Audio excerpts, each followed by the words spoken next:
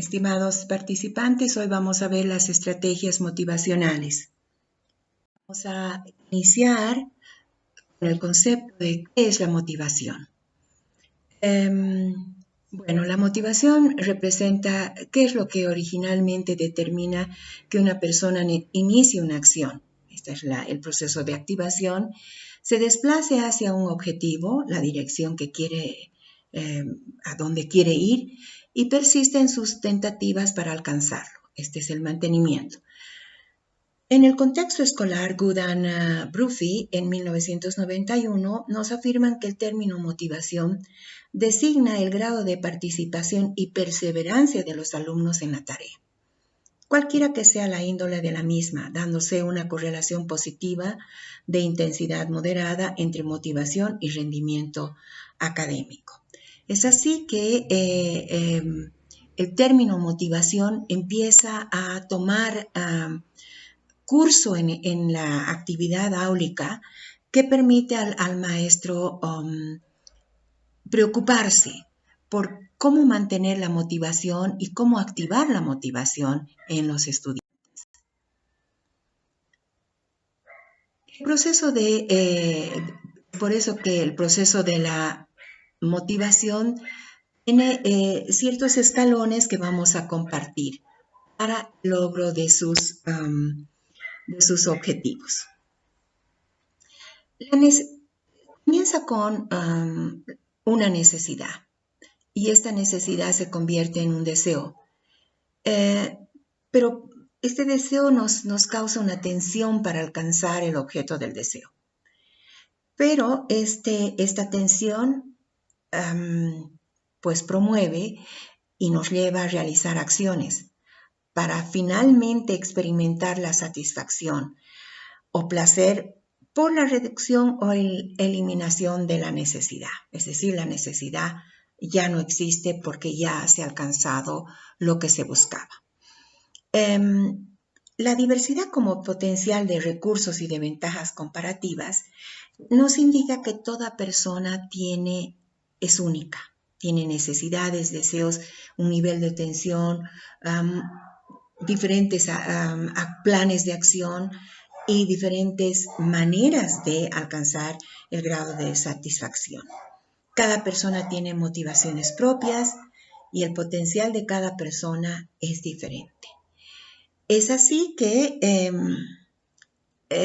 con este proceso de la motivación, que es realmente importante de considerarlo en la didactización, vemos que la literatura nos muestra dos tipos de motivación.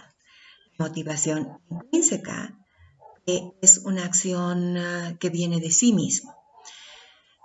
Procede de sí mismo, es a partir de los gustos personales que vienen a destacarse este tipo de motivación. Por ejemplo, un hobby, a mí me gusta tal cosa, pero dentro de las características, de acuerdo a Deci y Ryan en 1991, existe tres principios. La autodeterminación, porque soy yo el que define lo que me gusta. Y soy yo el que tiene la competencia y sabe cómo lograrlo, porque sabe y está consciente de tener las habilidades para lograr, porque tiene un plan de acción determinado y logra la satisfacción al decir, sí, esto es lo que me gusta. El segundo tipo es la motivación extrínseca. Esta actividad viene del medio, lo que atrae y lo que se obtiene. Aquí denota dos características. Primero, sobre todo que este tipo de motivación va a ser motivo de elogio, de alabanza y por supuesto va a haber una recompensa. Aquí es importante ver que entre los dos tipos de motivación, generalmente uno podría decir, yo tengo el tipo de motivación intrínseca o yo tengo el tipo de motivación extrínseca. No, ellos pueden ser de manera integral. Las estrategias para estimular la motivación en el aula denotan ciertos principios. Primero, el maestro debe propiciar un clima relajado y seguro en el aula, un ambiente de confianza, donde los estudiantes puedan desarrollar su interdependencia positiva y ser parte del proceso. Es importante también proponer, formular objetivos y usar los contenidos de manera que se garantice un aprendizaje significativo. A través de usar estrategias que denoten interacción, vamos a provocar la disonancia o el conflicto cognitivo. Es decir, aquí los estudiantes van a adherirse o disentir, empezar el debate o empezar el taller donde puedan manipular, cooperar en la realización de todo el proceso para lograr el objetivo determinado. Es importante también estimular al estudiante a formular sus propias expectativas, porque es aquí el estudiante que debe formularse preguntas de qué es lo que quiere saber para lograr. Y es muy importante separar en el aula las actividades orientadas al aprendizaje de las actividades definidas para el proceso de evaluación. Estos principios nos van a ayudar a crear un ambiente en el que el aprendizaje sea más espontáneo. Es decir, el filtro afectivo quede nulo y haya un ambiente de confianza donde no exista la ansiedad. Es aquí donde uno debe promover que el estudiante esté totalmente desestresado y que haya, como comúnmente se establece, cero ansiedad. ¿Qué factores participan en la motivación? Los actores, el estudiante, alumno y profesor, y sobre todo el contexto. El alumno, aquí tenemos que promover que el estudiante tenga expectativas. Además, sepa distinguir plenamente y tomar una actitud para celebrar el éxito y levantarse de un fracaso. Además, el estudiante debe, en términos generales, tener estrategias metacognitivas de estudio, de planeación y de automonitoreo y saber manejar su ansiedad. Por eso es preciso que el estudiante sepa equivocarse, pero tenga la habilidad de poder reempezar y tener una autoeficacia en el logro de sus metas. Pero no puede realizar de manera independiente sin estar ayudado por el maestro. El maestro tiene que involucrar al estudiante conociéndolo mejor, sabiendo qué tipo de estudiante y qué tipo de aprendizaje, su ritmo y qué tipo de inteligencias tienen sus estudiantes. Tiene que tener una habilidad de entablar relaciones interpersonales productivas y sobre todo en un ambiente de confianza. Tener un discurso en el que el proceso de retroalimentación sea efectivo, pues los estudiantes consolidarán su aprendizaje, pero reformularán sus errores. Debe haber una organización social en la clase. Debe haber grupos homogéneos, heterogéneos, de acuerdo a criterios que el docente pueda establecer. También debe haber un estímulo, debe haber recompensas y debe haber sanciones. Eso no quiere decir que plenamente se va a establecer el enfoque conductista, no, porque aquí se debe premiar como también se debe sancionar, sobre todo conductas no deseables. El contexto donde ocurre la instrucción está basado principalmente en el clima del aula. Aquí debemos tener en cuenta que cada estudiante viene de un contexto familiar, cultural y en la que van a compartir con sus pares. Debe ser parte del proyecto educativo. Debe confluir sus valores y las prácticas dentro del aula para compartir con sus estudiantes, aprender de los demás y que los demás aprendan de él. ¿Cuáles son las metas de la actividad escolar? Sobre todo, estas metas relacionadas con la tarea. Yo debo incrementar mis propias competencias. Es decir, soy capaz de hacer más, pero también debo ser capaz de actuar con autonomía. Es decir, yo con mi propia determinación debo lograr mis propias metas.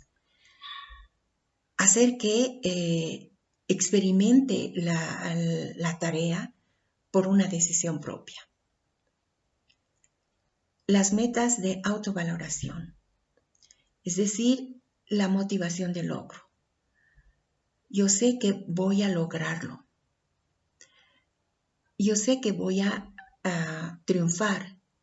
Y si tengo algún error o fracaso en este intento, seré capaz de tener una segunda oportunidad. Es importante hacer que el estudiante se sienta confiado, porque evitar por todos los medios que él sienta un sentimiento de ansiedad, de estrés o de miedo, porque el miedo involucra un estado del filtro de afectivo muy grande que inhibe el aprendizaje. Pero también una de las metas de la actividad escolar es la valoración social. Pues aquí queremos ver que el estudiante se sienta valorado, se sienta aprobado no solamente por el docente, sino por sus pares. Y por supuesto, tener esta meta de las recompensas externas. Pues yo sé que a través de todo este proceso voy a obtener una buena calificación porque me he esforzado.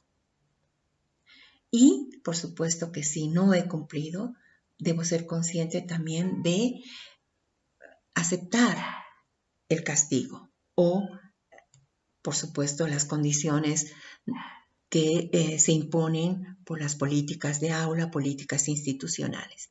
Entonces, estas actividades nos van a permitir lograr metas no solamente relacionadas con el manejo del contenido programático, sino relacionadas con la tarea, relacionadas con la formación del estudiante, de cómo se forma el estudiante para desenvolverse en un entorno social y, por supuesto, que ser consciente de obtener una valoración. ¿Cuáles son las estrategias para motivar al aprendizaje de los estudiantes? Estas 7 estrategias dadas por Woolfolk en 1987, a pesar de ser tan añejas, debemos ver que han sido las más efectivas. Estas confluyen y se integran de manera muy holística cuando el maestro decide hacer del aula y de la lección algo que invite al interés. Es decir, el ambiente de trabajo aquí es lo más importante para despertar la motivación de los estudiantes. Asegurarse que todos los estudiantes tengan oportunidades para satisfacer sus necesidades de afiliación y pertenencia. Es decir, yo soy un estudiante de tal asignatura y voy a defender esta asignatura. Hacer del aula un lugar placentero y seguro. Estas son las condiciones que, a pesar de que uno tenga muchos problemas personales, los debemos dejar al entrar al aula, porque debemos construir un contexto, un aula placentero y seguro. Pues así el estudiante tendrá cero ansiedad, donde el filtro afectivo será totalmente permeable para internalizar todo tipo de información. Reconocer la posibilidad de que los estudiantes lleguen a la escuela, a la universidad, con diferentes necesidades, sobre todo basadas en sus experiencias, y a través de sus expectativas poder llenar estas inquietudes. Hacer que el estudiante asuma responsabilidad de sus éxitos y de sus fracasos. Estimular a los estudiantes a ver las conexiones entre sus propios esfuerzos y los logros alcanzados. Pero también ayudar a los estudiantes a formular objetivos razonables a corto plazo. Es decir, este mundo tan cambiante y la inmediatez es algo que ocurre con mucha frecuencia. También a través de estos objetivos formulados para lograr en un tiempo corto, es parte de su responsabilidad como estudiante. A partir de todas estas estrategias, nosotros vamos a motivar. Estas son las estrategias para motivar el aprendizaje de los estudiantes, que se resumen en crear un ambiente de confianza, un ambiente de seguridad, un ambiente de corresponsabilidad y un ambiente de convivencia donde los valores tienen un sentido de construir mancomunadamente, viéndonos como pares iguales.